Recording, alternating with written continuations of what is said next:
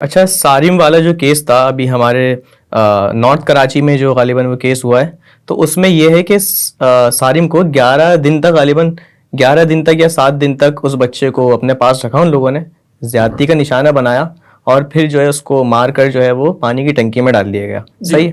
अब जब postmortem report आई है उसकी, तो उसमें ये पता चला है कि सारिम की गर्दन की हड्डी जो है ना वो टूटी हुई थी। तो एक बच्चे को इतनी बेदर्दी से मारने का, तो क्या ये कोई कल्ट प्रैक्टिस या इसके पीछे क्या, आप हमें बताएं क्या मामला हो सकता है?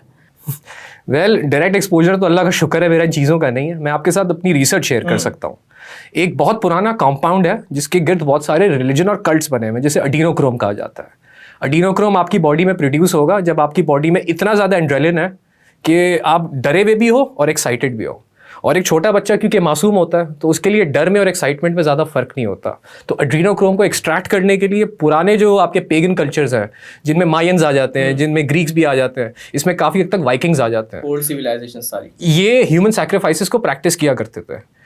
हमें शुरू में ये लगता था कि ये किसी की बलि चढ़ा रहे हैं, किसी गॉड को दे रहे हैं। इवन दो आर्यंस जो सिंध के खत्ते में या आगे तो वो बलि नहीं चढ़ा रहे, वो बच्चे को इतना ज़्यादा हाइपर करके फिर उसको उसके एड्रेनलिन ग्लैंड्स में से एड्रीनोक्रोम निकाला करते थे और ये एड्रीनोक्रोम कंज्यूम किया जाता है। ये कहते हैं दुनिया का सबसे पावरफुल ड्रग है और ये सिर्फ इंसान की बॉडी में बनता है और इसको ये जंग के दौरान इस्तेमाल करते हैं। मतलब आपने एड्रीनोक्रोम के 2 या 3 ड्रॉप्स ले लिए, आप 4-5 दिन तक ऐसे काम करते रहोगे, लगेगा पता नहीं आपको सुपर ह्यूमन स्ट्रेंथ मिली हुई है। और इस चीज़ की एक्सट्रैक्शन के पीछे ही आपका ड्रैक्युला का पूरा लेजेंड है। जो ब्राम स्टोकर की बुक नहीं है, वो इसी एड्रीनोक्रोम की तो बात कर रहा है कि अगर आप ये रेगुलर कंज्यूम करते रहोगे तो यू वोंट डाई, लेकिन इसको कंज्यूम करने से आपकी बॉडी में एड्रेनलिन बनना बंद हो जाएगा। अगर एड्रेनलिन बनना बंद हो गया ना जी, तो आप आहिस्ता आहिस्ता ह्यूमन ही नहीं हो, आप फिर किसी और स्पीशीज की तरफ डिसेंड कर रहे हो। कौन से बॉडी पार्ट से निकाले जाते हैं स्पेसिफिकली? प्राइमरीली कोशिश की जाती है आपके बोन मैरो से निकाला जाता है, ये हड्डी के अंदर से निकलता है।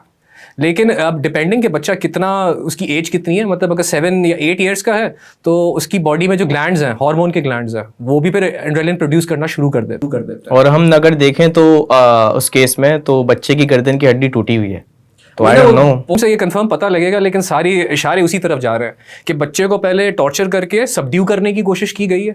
अगर वो कंट्रोल में नहीं आ रहा था तो फिर फोर्सिबली रेप किया गया है। रेप के बाद भी कंट्रोल में नहीं आया तो उन्होंने कहा ये इसको हम यूज़ नहीं कर सकते, ऑर्गेनाइजेशन में नहीं डाल सकते, इसमें से बस एड्रीनोक्रोम निकालो और मार के फेंक दो। ये पूरी की पूरी कहानी उस पर बैठती है unfortunately, which is sad, but at least report हुआ है। तो इस मेरी अब अल्लाह ताला से ये दुआ है कि इस एक केस को रिपोर्ट होने की वजह से आगे जाके किसी और बच्चे के साथ अब ये नहीं होगा।